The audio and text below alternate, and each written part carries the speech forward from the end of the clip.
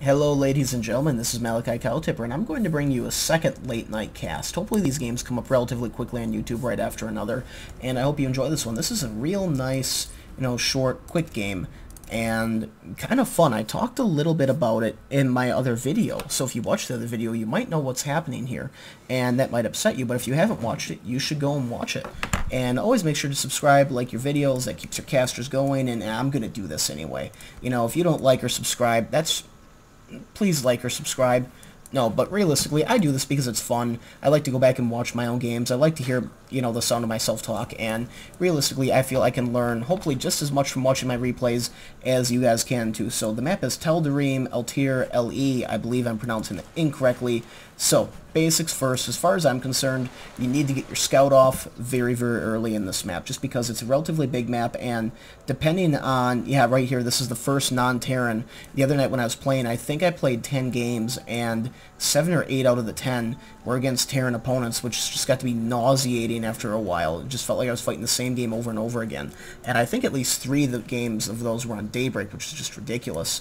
But I am actually going to be able to get a very fast spawn on him, and one thing that I like about this map is there's a new strategy that I'm going to try on this, and it worked pretty well I should say this is actually the first time I tried doing it, so the build definitely has kinks in it, and I'm going to try to use it more, but you guys are going to kind of see that as it unfolds. So right here, what I'm trying to do is I more or less just kind of want to block any type of wall off at this ramp, but realistically, he can wall here, he can wall here, just about anywhere, and we can see that we're both just kind of bitching about how much we just hate the Terran. I mean, Terran just kind of suck.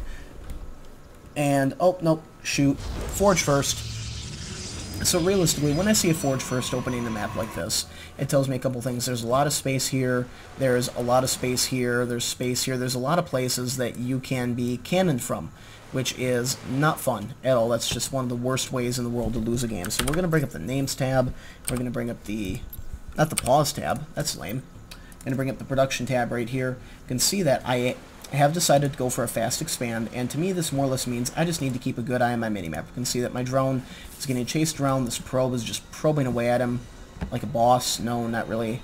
And we can see that there's a few, he's going to be laying down a cannon here and another pylon here, and realistically 1 or 2 cannons at this, and unless, you have a lot of speedlings and you're really dedicated to your attack, it's fairly well walled off. Cyber core right here, plus a zealot, and you're ready to go. Or in this case, a gateway, because he doesn't have he can't build a cyber core because he has a gateway yet, because he went forge first.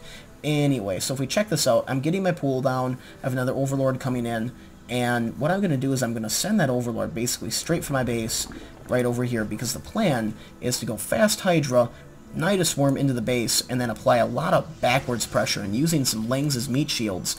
If he comes at me with a lot of Zealots, Hydralisks, as long as they're not being attacked by the Zealots, just absolutely rain down, atomic hell, with those spines on everything. They're just so awesome with your DPS. Really neat.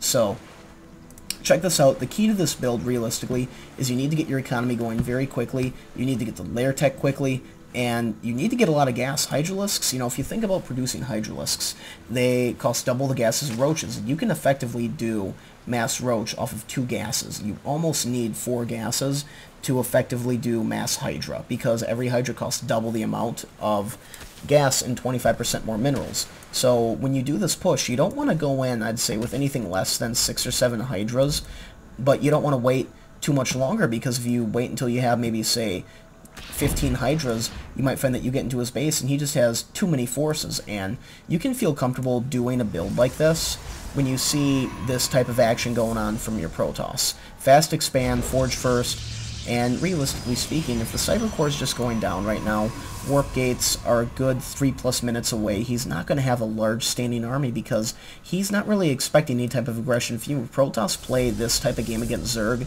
almost expecting to deal the first blow, because they're like, oh, hey, guess what? I walled off. You can't get Zerglings in my base. You're going to use Banelings. Guess what? It's not effective against me, because my units are just awesome. So that's pretty much how that goes. And to that end, we can see that realistically, I should have been going lair tech quite a bit sooner, but I think at this point I was more or less concerned about just producing drone, and trying to get an economy going, but I could have very easily spent the money. There we go. I should have had lair tech going a while ago. I believe when I saw this done on TGN StarCraft, the Zerg that did it started the attack at around the 8-minute mark for myself. I don't think I'm going to be able to get it out quite that quickly. In fact, I know I'm not going to be able to, but that's okay. And we can see that warp gates have a long way to go yet. We check out the income tab right here. I'm ahead of him 35 to 26 harvesters, and I'm more or less just going to continue to produce the crap out of drones. I need to make sure I have plenty of supply, and I want to have Zergling speed as well. So the tech that you really need is Zergling speed and Hydralisks, and I don't know if it's really necessary to wait for Hydralisk range. I know that I'll be getting the upgrade pretty much as soon as it pops. That way I'll get it like halfway through my attack. But there's a lot of tech that needs to happen with this build. You need to get the Hydras, you need to get the Nidus, and that's just a lot of gas. And realistically, I should have gotten a lot of gas a lot sooner than I do right now. If we take a look at this, I've got under 500 gas going into this, and now I have to spend the money on the Hydralisk Den and the Nidus Worm right there, so we can see that that's tapped out half the gas that I have. I only have enough gas for 5 Hydras.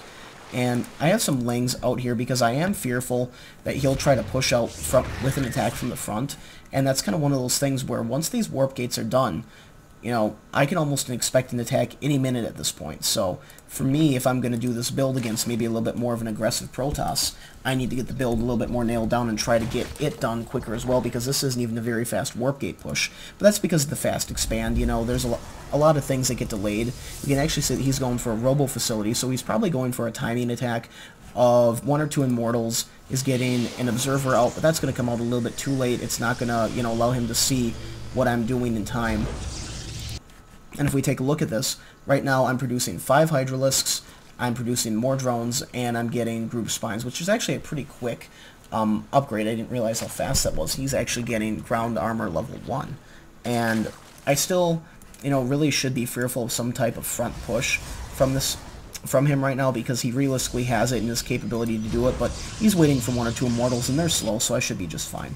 And if we take a look at this, I'm now slowly starting to load my Nidus network up with units. I want to wait until I have a few more Zerglings and a few more Hydras in there, and what I'm going to do here is I'm actually going to lay down a bunch of Spine Crawlers, and these are kind of be my primary defense, because I believe I poked up here and I saw a few of the units, I saw the warp gates, and it's just something where I need to be ready for whatever comes at me. So I figured 4 Spine Crawlers and then my ability to quickly Nidus back in should give me the ability to hold off any type of direct aggression that comes at me. We can see my Nidus is now finally coming up.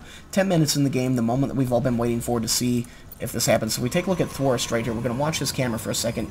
He has no clue what's about to happen, and I can see that he has no clue about my Nidus either. And now he hears that, he's rushing over, and he has a fairly big force coming at me. We can see that I've got a lot of Hydras, and just look at how fast the Hydras just absolutely eat everything up, and those force fields actually working to my advantage, funneling all of the Zealots, and between all the Hydralisks just DPSing the crap out of everything, the Zergling's taking damage, there's almost absolutely nothing he can do about this. Crap, Immortals just not good against, you know, Hydralisks at all, and Thrawst GG's out. And you know, this was a very, very fast game, you know, 11 minutes and 11 seconds, and this is one of those things where I don't know if you would call this cheese necessarily, because a lot of things have to happen for this to go down correctly, and I'm not even going to say that I did this extremely well. You need to get fast Slayer tech, you need to keep your opponent oblivious to the tech that you're going, you need to engage in friendly terms. You can see I brought a Queen in. Overlord, what they do is they start pooping creep, and then you drop a creep tumor here, and then you basically just want to try to cause as much damage and shenanigans with this as possible. And realistically, the last thing I should have been doing while I was doing this is getting an expand up and running, because after an attack like this, it's going to make your Protoss very leery. He's probably not going to want to push out against you unless he has, you know, just this overwhelming victory against you. And to that end, these Hydras just deal so much damage so quickly. We can see I don't even think I lost a Hydra, maybe 1 in that attack. And a few Zerglings, just incredibly successful. I hope you guys enjoyed this nice short little game. I know I sure did. This is Malikicowtipper signing out.